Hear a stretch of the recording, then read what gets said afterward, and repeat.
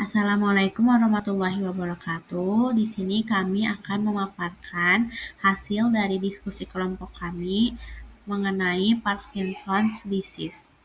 Kelompok kami terdiri dari Aurelia Ardinisa Putri, Hesifa Asyafia, Niken Wulandari, dan Nisrina Nurul Aden. Apa sih Parkinson's disease itu? Penyakit Parkinson adalah gangguan pada sistem saraf yang membuat penderitanya sulit mengontrol gerakan tubuh. Penyakit ini terjadi karena berkurangnya zat dopamin di bagian otak yang disebut substansia nigra. Kekurangan dopamin menyebabkan gejala seperti tangan gemetar, otot kaku, dan gerakan menjadi lambat. Selain gejala motorik, penderita Parkinson juga sering mengalami perubahan pada suara, seperti suara menjadi lemah, tidak stabil, dan kurang jelas. Dataset Parkinson yang digunakan dalam tugas ini berisi dua data. Yang pertama itu suara dari orang sehat, dan yang kedua itu dari penderita Parkinsonnya. Data ini memuat berbagai parameter suara seperti frekuensi dasarnya, kemudian jitter, shimmer, HNR, dan fitur lain seperti RDPE dan PPE. Pada tugas ini dilakukan tahap pembersihan data dan eksplorasi awal variabel, yaitu memeriksa struktur data, mencari apakah ada data kosong atau data ganda, serta menghitung nilai-nilai dasar seperti rata-rata dan standar deviasi. Karena itu, analisis suara bisa digunakan sebagai cara non-invasif untuk membantu mendeteksi penyakit ini lebih awal. Metode yang digunakan, analisis ini dilakukan menggunakan bahasa pemrograman Python karena memiliki pustaka yang mendukung pengolahan data secara efisien. Adapun langkah-langkahnya, yang pertama membaca datasetnya, kemudian pemeriksaan struktur datanya, terdapat berapa variabel, berapa data, kemudian ada pemeriksaan data kosong dan data ganda, kemudian jika ada akan dihapus, dan yang keempat itu analisis statistiknya untuk melanjutkan ke metode selanjutnya. Yang terakhir ada hasil dan kesimpulannya, bisa dilihat dari tabel nilai jitter atau hasil dari getaran suara dan shimmer lebih tinggi pada penderita Parkinson, menunjukkan ketidakstabilan frekuensi dan amplitude suara akibat gangguan kontrol otot pada laring. Kemudian ada nilai HNR yang menurun, menandakan kualitas suara yang lebih berisik. Fitur nonlinier seperti PPE dan RDPE itu meningkat, mencerminkan ketidakteraturan sinyal suara. Dengan demikian, perubahan akustik menunjukkan gangguan neurologis pada penyakit Parkinson. Pada visualisasi dan analisis distribusi data, kami melakukan analisis visualisasi terhadap dataset yang telah ditentukan. Kemudian di sini Parkinson menggunakan histogram dan box plot untuk melihat bagaimana pola sebaran berbagai parameter suara. Dari data terlihat bahwa terdapat 40 pasien yang mengalami Parkinson dan 140 individu normal, dan di sini terjadinya ketidakseimbangan. Melalui grafik terlihat perbedaan pola distribusi antara kedua kelompok itu, di mana pasien Parkinson menunjukkan variabilitas suara yang lebih tinggi dan fonasi yang kurang stabil. Temuan ini diawali untuk memberikan gambaran fitur suara mana yang berpotensi menjadi biomarker, serta menjadi dasar untuk analisis kelanjutan seperti uji statistik dan klasifikasi machine learning dalam mendeteksi Parkinson secara lebih dini. Baik, selanjutnya pada visualisasi dan analisis distribusi data. Di sini pada gambar histogram, warna merah ini menyatakan pasien dalam keadaan normal dan warna biru ini menyatakan pasien dalam keadaan mempunyai penyakit Parkinson. Selanjutnya, pada kelompok normal ini pada rata-rata memiliki distribusi frekuensi yang lebih terpusat dan lebih cenderung stabil pada rentang yang lebih sempit. Kemudian kelompok Parkinson pada MDVP FHI menunjukkan sebaran data yang lebih melebar dan cenderung bergeser ke frekuensi yang lebih tinggi pada beberapa fitur, terutama fitur FHI atau frekuensi tertinggi. Selanjutnya, adanya area overlap yang menunjukkan bahwa beberapa nilai suara ini masih berupa antara normal dan Parkinson, tetapi secara umum penderita Parkinson ini memiliki variabilitas frekuensi yang lebih besar. Dan itu menunjukkan sebuah karakteristik umum gangguan kontrol motorik pada pita suaranya. Secara keseluruhan, histogram ini menunjukkan bahwa penderita Parkinson memiliki pola frekuensi suara yang lebih tidak stabil, kemudian menyebar dan cenderung lebih tinggi dibanding orang normal. Selanjutnya, visualisasi dan analisis distribusi data box plot dari MDVP, FHI, FLO, dan juga FO.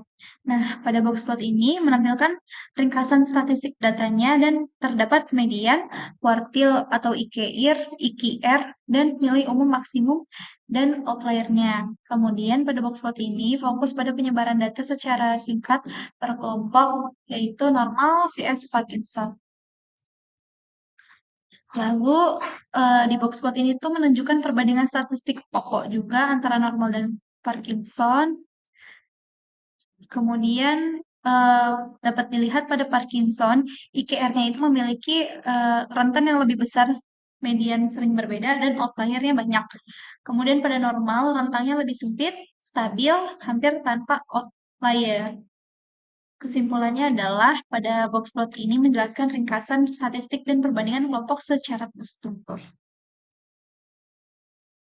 Selanjutnya ada visualisasi dari fitur suara di sini. Terdapat histogram pada fitur jitter, jitter ABS, RAP, PPQ, dan DDP yang menunjukkan pola dari nilai jitter pada pasien Parkinson tuh cenderung lebih tinggi karena adanya variabilitas frekuensi suara yang lebih besar pada penderita Parkinson. Kemudian distribusi pasien normal lebih terkonsentrasi di nilai rendah. Distribusi ini lebih sempit dan mendekati nilai 0 dan menggambar suaranya lebih stabil pada orang sehat. Kemudian outlier cenderung muncul lebih banyak pada kelompok Parkinson. Pada beberapa fitur seperti PPQ dan RAP, terdapat rentan nilai ekstrim yang lebih panjang untuk Parkinson. Pada analisis box plot tipe fitur suara, perbandingannya yaitu status untuk 0 dan normalnya 1. Box plot menampilkan fitur DFA, PPE, RPDE, dan split 1.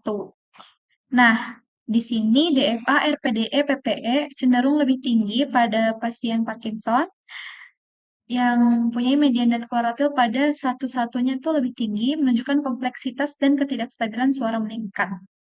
Selanjutnya, fitur split 1 lebih rendah, lebih negatif pada kelompok Parkinson, menandakan perubahan pola distribusi energi suara akibat tremor vokal. Kemudian, persebaran data di sini lebih lebar pada pasien Parkinson. Kesimpulan dari box plot ini adalah sebagian besar fitur non-linear, PPE, RPDE, DFA menunjukkan perbedaan yang signifikan antara normal dan Parkinson, memperkuat bahwa karakteristik suara ini nantinya dapat menjadi indikator diagnostik.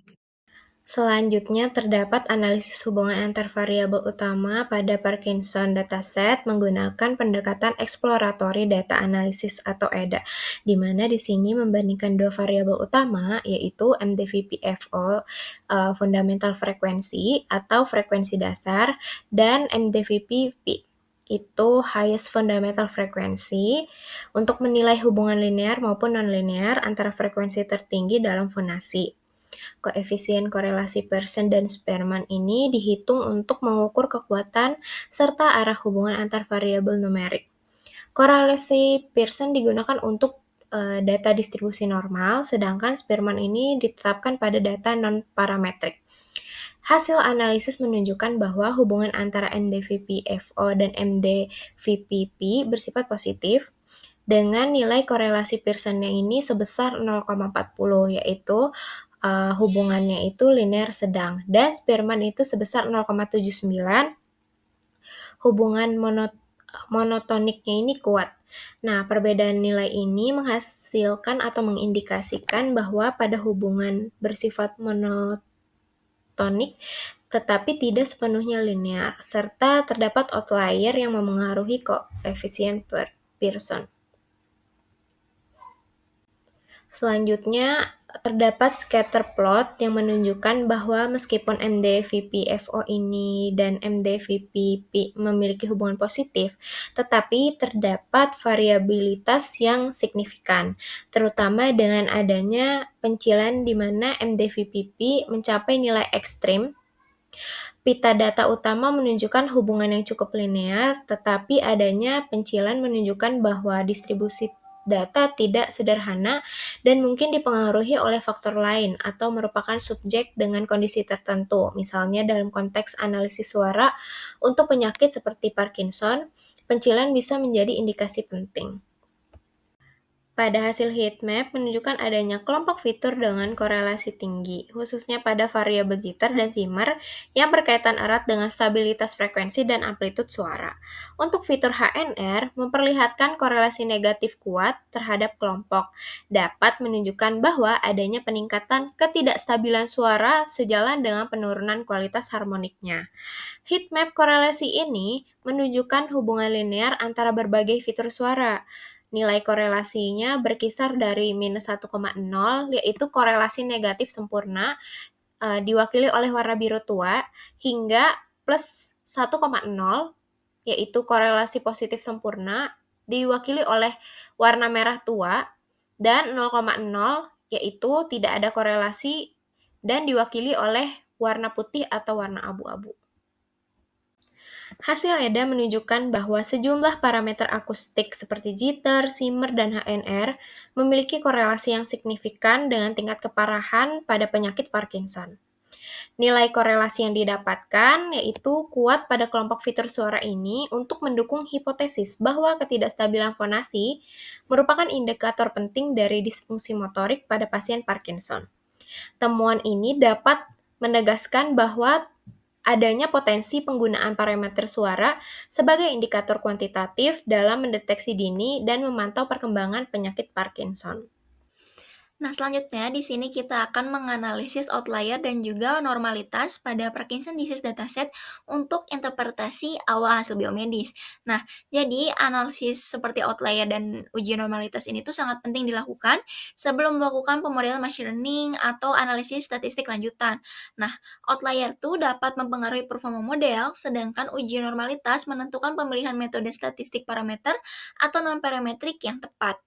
Nah, selanjutnya di sini saya akan membahas metode yang digunakan untuk outlier sendiri. Di sini menggunakan EQR atau interquartile range dengan rumus outlier sama dengan nilai kurang dari Q1 atau kuartil 1 dikurangi 1,5 dikali EQR atau nilai lebih besar dari Q3 atau kuartil 3 ditambah 1,5 dikali EQR. Nah, sedangkan untuk uji normalitas di sini menggunakan metode Shapiro-Wilk karena tingkat sensitivitas yang tinggi terhadap penyimpangan dari distribusi normal dan cocok digunakan untuk deteksi pada data biomedis yang berukuran kecil. Terus, metode ini diterapkan pada semua fitur untuk menguji normalitas dan distribusi data. Oke, selanjutnya di sini ada hasil deteksi outlier. Di sini ada tabel-tabel yang berisi banyak fitur. Nah, jadi tabel ini tuh menunjukkan jumlah outlier untuk setiap fiturnya. Nah, di sini bisa dilihat bahwa fitur status tuh memiliki outlier terbanyak ada 48, yang itu mencerminkan bahwa karakteristik inherent dari ketidakseimbangan kelas dalam dataset. Terus dilanjut oleh fitur-fitur yang memiliki nilai tinggi lainnya seperti fitur NHR itu ada 19, terus ada MDVP PPK itu ada 15, terus ada MDVP jitter itu ada 14. Hasil ini pun membuktikan bahwa data medis tuh sering mengandung variasi tinggi antar individunya dan juga total presentasi outlier dalam dataset ini adalah 4,9% dari keseluruhan data. Nilai ini tuh relatif rendah dan mengindikasikan kualitas dataset yang baik. Oke, selanjutnya di sini ada hasil uji Shapiro-Wilk. Di sini ada tabelnya juga. Di sini tuh tabelnya menunjukkan bahwa hampir semua fitur memiliki p-value di bawah atau kurang dari 0,05 yang artinya data tidak berdistribusi secara normal. Namun ada salah satu data yang berdistribusi normal yaitu spread 2, itu tuh nilainya 0,6544 dan juga menunjukkan distribusi normal pada tingkat signifikasi 5%. Nah, kesimpulan dari analisis tersebut adalah dataset tersebut memiliki kualitas yang baik dengan hanya 4,9% outlier, namun mayoritas dari fitur, yaitu 22 dari 23, tidak berdiskusi normal. Hanya spread 2 saja yang menunjukkan distribusi normal dan hasil ini tuh konsisten dengan penelitian sebelumnya. Berdasarkan hasil analisis juga dapat memberikan rekomendasi pada penggunaan metode non-parametrik untuk analisis statistik dan preprocessing yang tepat untuk machine learning.